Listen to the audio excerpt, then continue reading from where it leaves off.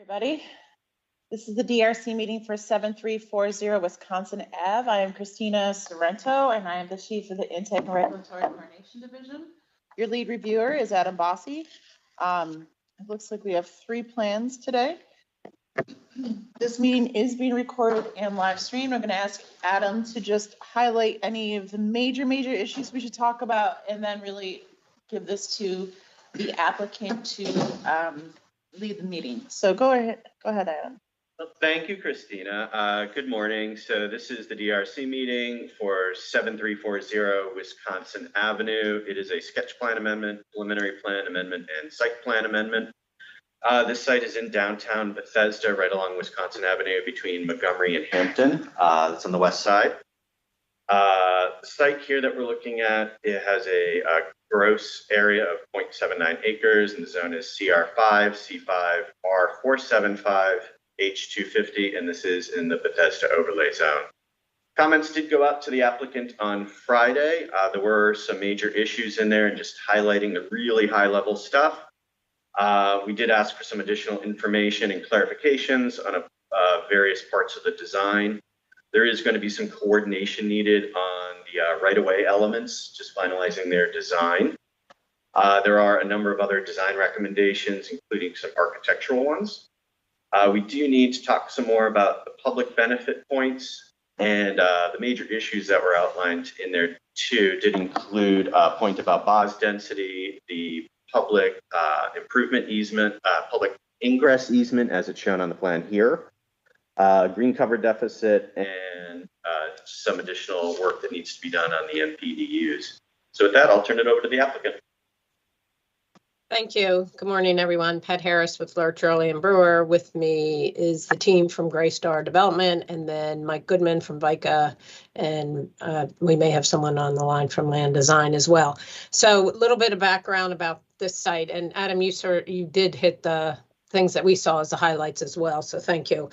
So we have a preliminary plan amendment that was approved in 2014 for mixed use. That remains a valid but not yet implemented preliminary plan. There was also a certified site plan in 2015. Both of those were for a mixed-use residential project of about 192,000 square feet. And then in 2015, in connection with the after the new sector plan, there was, in 2020, there was a sketch plan for senior residential here with the increased density of 315,000, which is what we're seeking now.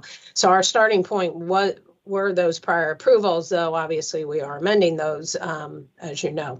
So the major issues that we saw, which I don't think we're going to resolve this morning, but we're going to need some future follow-up. One was the issue of the dedicating the full master plan width.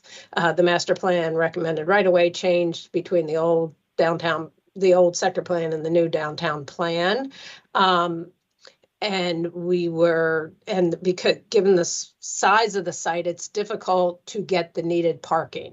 So one question for staff is there the possibility here to do what I would call a 3D dedication, such that we dedicate everything you need on the surface for the sidewalk, the and public realm, and then below that area, we would then be able to project the needed additional feet to accommodate the parking.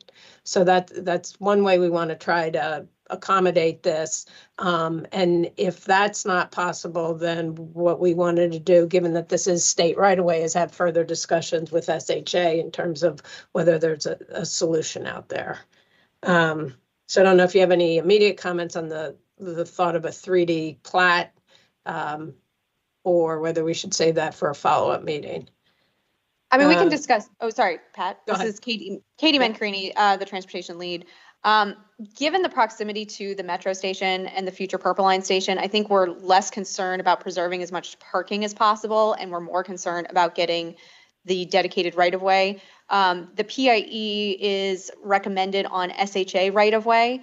I mean, I defer to them, but I would be surprised if they would go for it. And I don't think we would want to push them towards something that they're not comfortable with. So I think we will need a follow-up meeting on this. I mean, we are already bare minimum parking. And so it's not as if this part that, you know, we're seeking this additional right of way in order to accommodate parking so we can have a 1-for-1 parking ratio. I mean, we're like under 0.5 actually on this building. But I think, so that's one issue. We obviously need follow-up on that. The second issue is the 35% green cover recommendation in the sector plan. We are short about 750 square feet. We are reevaluating that per, I believe it was Adam's comment, or no, maybe it was Saquon, thinking that we could get there. I don't know that we are going to be able to get there. We're definitely moving in the right direction. But I think the challenge here is, if you think about it, this is a project with more than 300 residential units. And because our footprint is so small, there's really minimal area on the roof to provide the needed amenity space for 300 units. And also try to get that 35% coverage. I mean, and the two things are really mutually exclusive. You know, it's not as if you can have green cover and then that also serve as amenity area. And I think the picture on the screen really tells the story. We have the mechanical units, which we have already tried to consolidate. And then we have amenity space. And you know, for 300 units, you need a certain size pool, you need a certain size deck area, et cetera. So we're moving in the right direction. We're going to reevaluate that. But given that it is a recommendation of the sector plan, it's not a zoning ordinance requirement. If we do come up short, we're hoping that we can have a further discussion on that.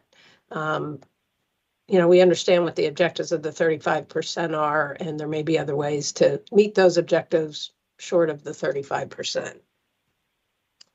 This is Saquon. I wanted to follow up and say thank you for endeavoring to increase your green cover. If it all can't fit on the roof, including spaces around those utility areas, giving enough gap for maintenance and whatnot, there's also ground level within the property line that can also serve as green roof, even if it's on at grade level, entry level. So just continue to look at those things as the plans evolve, and I hope we can get to 35%. Yeah, I mean, obviously, we hope we can too. We are also trying to activate the street with ground floor retail, et cetera. So yes, we will look at every space available and then report back and potentially have a follow-up with you. I also recommend really mapping that out. And if you're trying to exempt yourself, just lay out the difficulties you're showing over and above and beyond a regular green exhibit, perhaps showing us these spaces that don't conform or are required for amenity space or walking areas. Just really justify how you're positioning what green cover you're providing so we can understand where you're coming from. Okay, yes, we will do that. And obviously, look, if we would like to be able to meet it, right? It makes everyone's life easier. But to the extent we can't, we will provide detail of how we got where we are. There was a comment about the BOS density and the fact that we need to exhaust all map density before we utilize BOS density. I think that came out of the case. I don't know if it was another case in Bethesda. I had actually, or our team had thought that there was a zoning text amendment that was going to address that. And if not, I think what we need to do, and tell me if this is the way to solve that problem, is designate some of our units live work units so that we capture the non-res density and then we seek the BOS density. Is that correct? That is one way to solve the problem, yeah. Okay. And just out of curiosity, is there a ZTA in the works to No. No? No, that was killed, Pat. But that didn't proceed. Okay. Got it. Okay, then moving on to Montgomery Lane, the volts in the right of way, the transformers. So a couple things there. One is we were relying on the 2015 certified site plan that did have the transformers in the right of way. We are showing a clear path of pedestrian access without that where pedestrians can get by without needing to encroach upon the transformers. On the very other side of Wisconsin Avenue, when Montgomery Lane becomes Montgomery Avenue and is a state highway, I believe the transformers are permissible in the right of way. Given the size of this site, we're really, really limited on where they can go. And, it not only is a small site, but it has 3 sides. I mean, frontage, road right of way frontage on 3 sides. So again, Pat, yeah. I think with that might be a discussion with Katie, Sam, and others afterwards, just trying to see what can be done design-wise with that. Yeah, we'd really like you to look into it and then, Right. really look, and I'll give the floor to Sam in just a second. Look for ways to make that work. And if it can't, then we need a really detailed explanation as to why in the statement of justification. Okay. Yeah, I mean, Pat, good morning, this is Sam. I just wanted to say, if these vaults are purely for your use, considered private structures within the right of way. And as you know, recently, we have tried to scrutinize that part of the county code, and that's normally not allowed.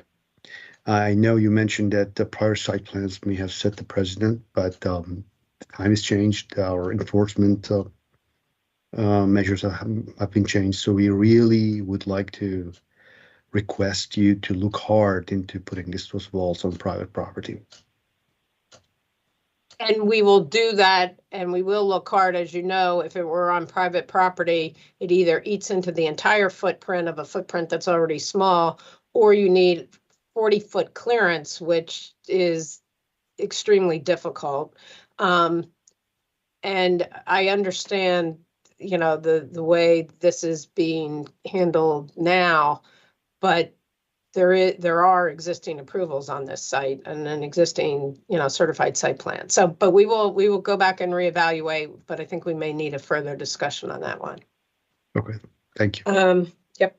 There was a comment about upgrading the bike lane on Montgomery Avenue, which made us think that what we were showing wasn't what you were looking for. So I think we need a little bit more guidance on what you're looking for there. Yeah, and we're aware that we're working together, planning an MCDOT to try to give you very clear guidance on what the ultimate will look like here. Thanks for your patience. We appreciate it. Okay. Do you have a sense, Katie, of when you will have more info on what that is? I can tell you that I'm very motivated to try to get this meeting scheduled and figured out because it has countywide implications. But I don't have something scheduled yet, so I can't just say, I know we'll have it figured out in a week, which is what I would love to tell you. Okay. Well, we will stay tuned, but Lowercase. we need your direction on that one. No, totally. I know I'm the holdup on that. I totally do. And we want to move fast on it. Okay, thank you. Yeah. There was a comment, and I can't remember who made it, about a missing energy model. And we were a little confused as to why that may have been Sam's comment, but I'm not sure. But why is that needed at this juncture? And if it is needed at this juncture, what are you looking for? So that was my comment, Pat. And Sorry. That's fine. For energy efficiency points, typically we require that at sketch plan, you reach out to Mark Nauman at DPS to understand what the requirements are because they're always changing. And then at site plan, you're required to submit the draft energy model so we know that you are on track. And that's something that Mark Nauman reviews. And then I think it's at building permit, we have the final energy model submitted. So at the very least, those things should be happening. And that's criteria that's listed in our Bethesda implementation guidelines. Okay, and who's the person? I'm not familiar with that name. And Mike Goodman may be, but I'm not. Mark Nauman, he's over actually, I think in DEP. No, he's It's DPS. No, yes. yes, he's in DPS, yes. And I had his email in the comment. But I Oh, can- okay. Then we'll follow up with him. Okay. There was a comment about updating of the noise model. There was a approved noise analysis done. And so we're wondering, is there a reason why that previous analysis does not hold? And if it doesn't hold, then what we'd like to do is take that and just have the folks that prepared the original one update it. Just per our standard conditions, if the building has been altered in any way that may change the noise analysis, I just wanted to make sure that you give an opportunity to take a look there and make sure nothing has changed. If it still holds, we're good with that. Okay.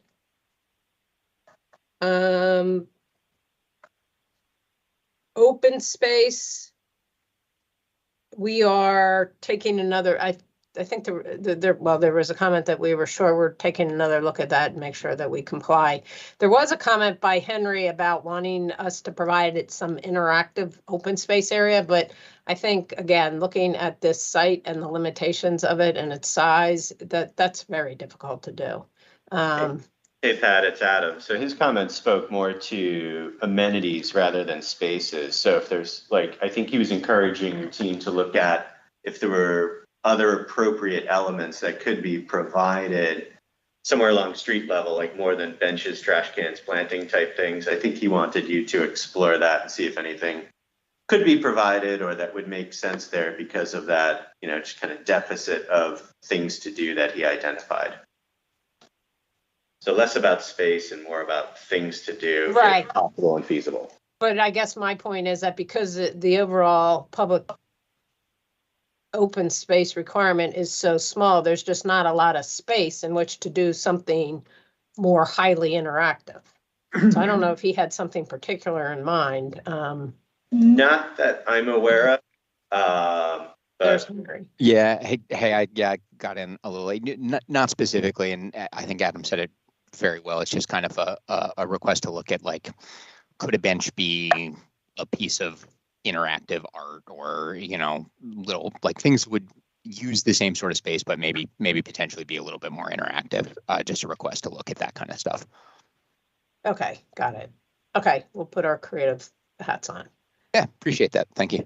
Yep. Public benefit points, there was a comment, and rightly so, that we cannot take public benefit points for streetscape improvements along our own frontages. That was a mistake on our part, so we will correct that. There was also a request that and this goes to some of the design comments about modeling the adjacent property. What we've provided is all we have access to. And so question for staff is, do you have more detailed models of the adjacent property that you can share with us? If so, then we're happy to sort of incorporate it in for contextual info. I'm not sure who made the comment. Can you say, I know that we had asked for a more contextual site plan so we can make sure that what you're providing is fitting into the context of many of the recent projects that were approved. I don't necessarily know if we went as far as 3D modeling, but we for sure have our site plans that we can send you links to that you can pop in. Well, we do have And the elevation. Oh, Yeah, I think the question was, I think the comment, I'm going back to it. Hold on one second. And I think it was comment 71 or 72. Hold on one second. But it was the elevations. Yeah, the elevation right now, there's two new buildings obviously to your south that are adjacent to this property, and then to the north it's a little different in that you have the historic building, but then the hotel. The idea is just to see the elevation in context so that we can see what it does. Right. I mean, right now it's totally devoid of context, so it's hard to evaluate, if the base is or the podium is the right height, or, if it's going to fit within the street, or, whatever. It just is something that we would typically want to look at. Okay, and Andy, if you're on and you want to chime in on this one, it did have to do with the elevations, and we can pull what we have that's available on the website, obviously, but yeah, the elevation directly to the north or south, excuse me, I think is on our website. It should be. It's under construction now, and obviously the next building over to the south is also on the website. So It would just be helpful. I think that, you know, to evaluate, because the base particularly is quite different than the tower. It would be nice to just see the relationship of that to the context. And it's going to be that way, obviously, for 100 years. So we just need to see what it's going to look like. Yeah, Okay. I think what we're asking for is just if you have access to those models, we're happy to put those into our model. It's a lot of, we don't have the time, I guess, to detail all the adjacent properties in our model. Yeah, we can see what we have. And again, I don't know if it needs to be 3D model, but I mean, it could just be a 2-dimensional type elevation, but we'll see what we have. And I think we can try to get you something. Okay. I mean, I'm assuming you used them for, you know, the creation of your elevations, you know, that it wasn't, your elevations weren't just created in a void. Never. That's the right answer, Bob? That is the right answer. Thank you. Gold star. I did want to, this is a tool. I think the other reason why we asked for this was to make sure that the streetscape has some level of continuity across properties. So making sure that the way the street trees and the location of the sidewalks and the green panels, the way they are being proposed has some measure of sort of continuity of the character to the adjacent properties. And that definitely is on the DAIC website. The approved site plans should have rendered plans as well as elevations. Okay. I think I mean, to the extent that there's something in the models, Andy can follow up with you, but I think we understand the comment. That, I believe, were all our comments, but I'm going to make sure that from our team's standpoint, I didn't leave something else out that we need to address or comment on. Andy, Mike? Goodman. Yeah, I think you covered everything that we had. We just, if there is nothing else, that'd just be good to make sure we're on the same page on resubmission timing. Well, before that, Pat, I just want to jump in. We made some comments on the design. I think, as you recall, the last meeting with the design advisory panel, they voted in support of 20 points, but that the base articulation would need to get finalized during the site plan review. I imagine that your submission went through intake before that last meeting, so we're asking you to, in this next submission, show how you had responded to it, and if you haven't thoroughly thought through it yet, we gave you several comments to think about in terms of the base and even the corner that could help further define the base. And so those are in the E-plans change marks. And then also I just uploaded the uploads this morning. I realized that I forgot to do that before. So now they're in the uploads folder. They're diagrams that can help you guys follow the comments. Okay, and yes, thank you. I wasn't ignoring the design comments. Those were sort of in Andy's court and he was dealing with those. So I don't, Andy, do you have any specific questions or comments on those? Otherwise, I think you're in the process of addressing those. Yeah, no, my question, thanks, Grace. I feel like the comment mentioned the diagrams and we just hadn't seen the diagrams yet, so. My apologies. Okay. All right, if no one has anything else, I'm happy to wrap it up with our schedule. Anybody have any other questions or comments? The only All thing right. I would comment on is, I mean, we'll follow up obviously to get these individual meetings set up. Perfect. Mm-hmm. And, as we're wrapping this up, I just want to emphasize that, this is a wonderful project in a really, really highly visible location right downtown on a site that's been, really needing redevelopment for a long time. So we're all, I think, very excited about this project. So moving forward, the first resubmission date for you is October 26th.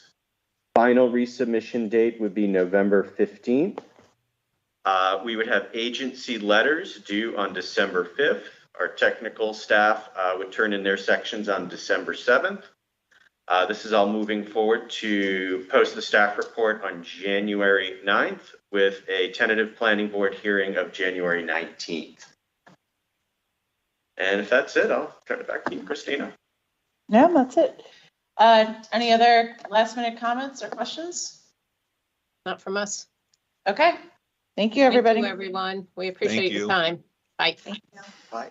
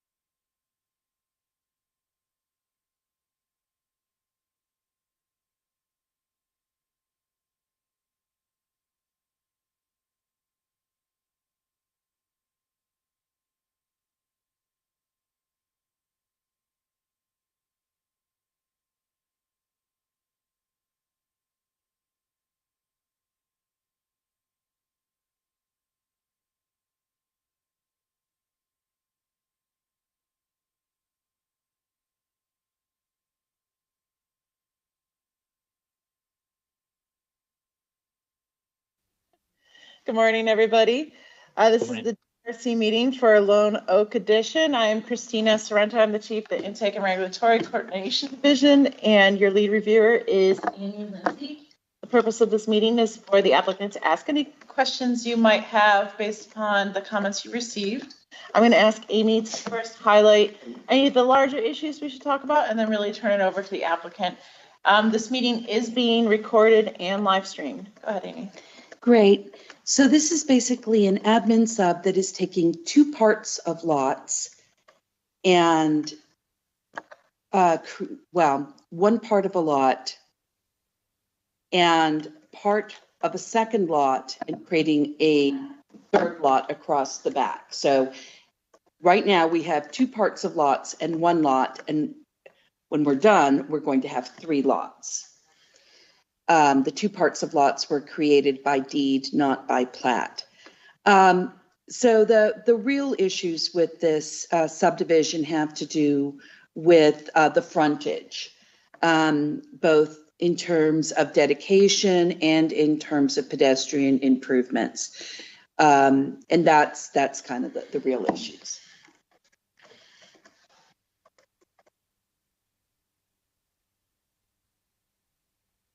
Should I go from here? Yeah. Is DDOT in the room or on the call? I'm not sure. I think that's really what our concern is with right now, is that the request is for 10 feet of dedication, I believe, along Hurst Street, which I do not believe we can actually make work. What happens is, specifically, I'm assuming that the comment was for all of Hurst Street, which we know what would happen with the setbacks for the existing house here. The other concern is that because this is the R200 zone, we are subject to the EBLs. So if we did 10 feet of dedication, it would actually require us to push the house back 10 more feet as well, because all of the houses are sitting right at about 25 feet, if I remember correctly. So the issue has to then do with the house being pushed back and not really being in character with the neighborhood. This is the only lot left or part of a property that can be developed. I should note, I don't remember when we first submitted this, that this subdivision in this configuration was actually approved in, I believe it was 2008, if I remember correctly. And it went through several extensions with a different firm, and then the extensions ran out. So this was actually already approved by the planning board, this exact configuration as it is right now. So I wanted to mention that as well, in case I forgot that in our statement of justification or somewhere. So I don't think that we can actually do the dedication that is being requested by DDOT.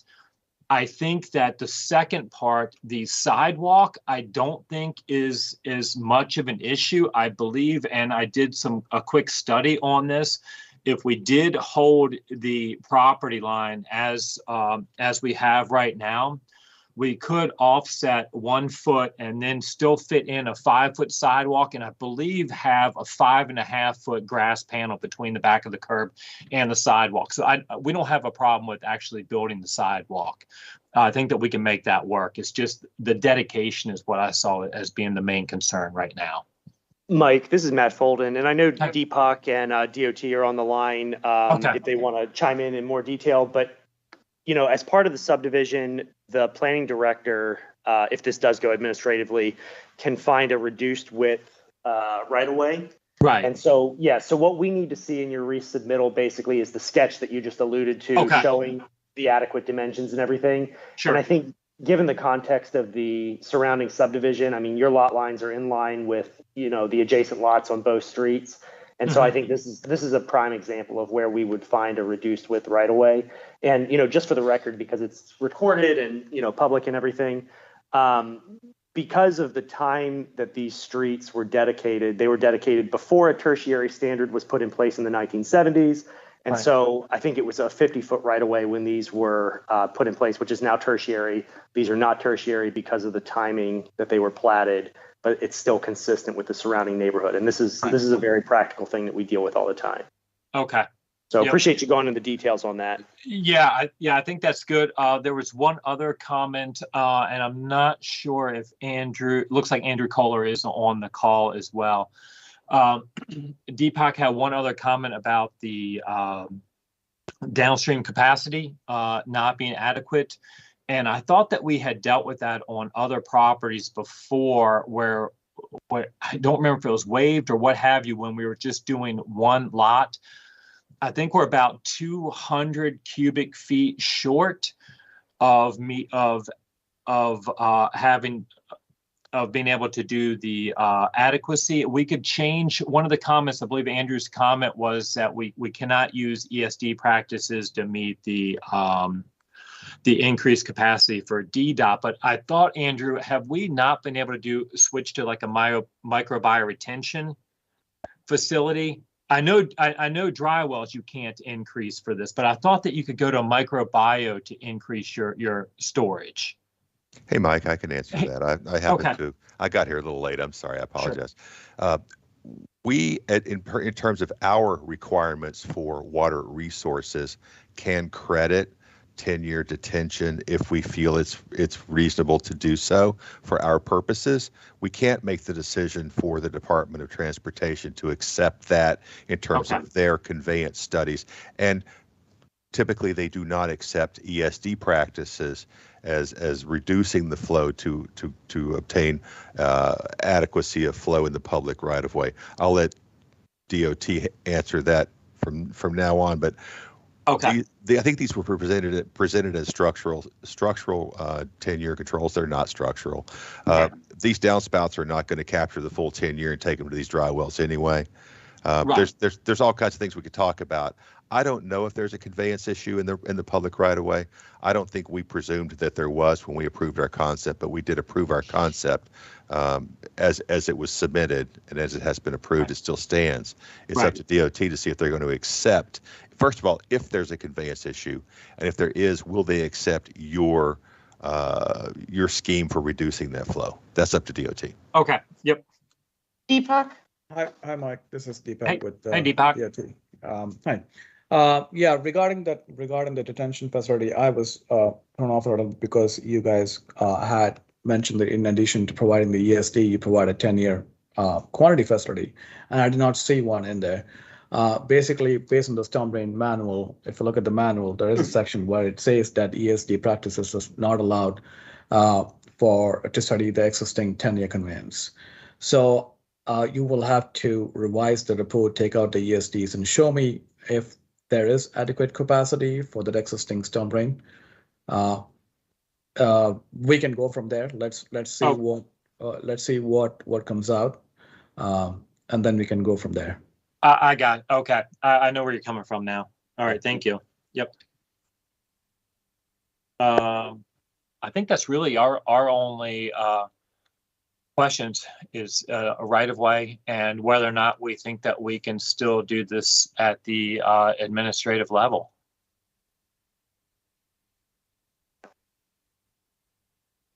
All right, well, let's, I think from our perspective, that right now it looks like this can be still handled administratively, but, let's resubmit and see where we're at. Okay. All right. Sounds good to me. That's all I've got. All right. Thank you, everybody. Thank you, guys. All right. Bye.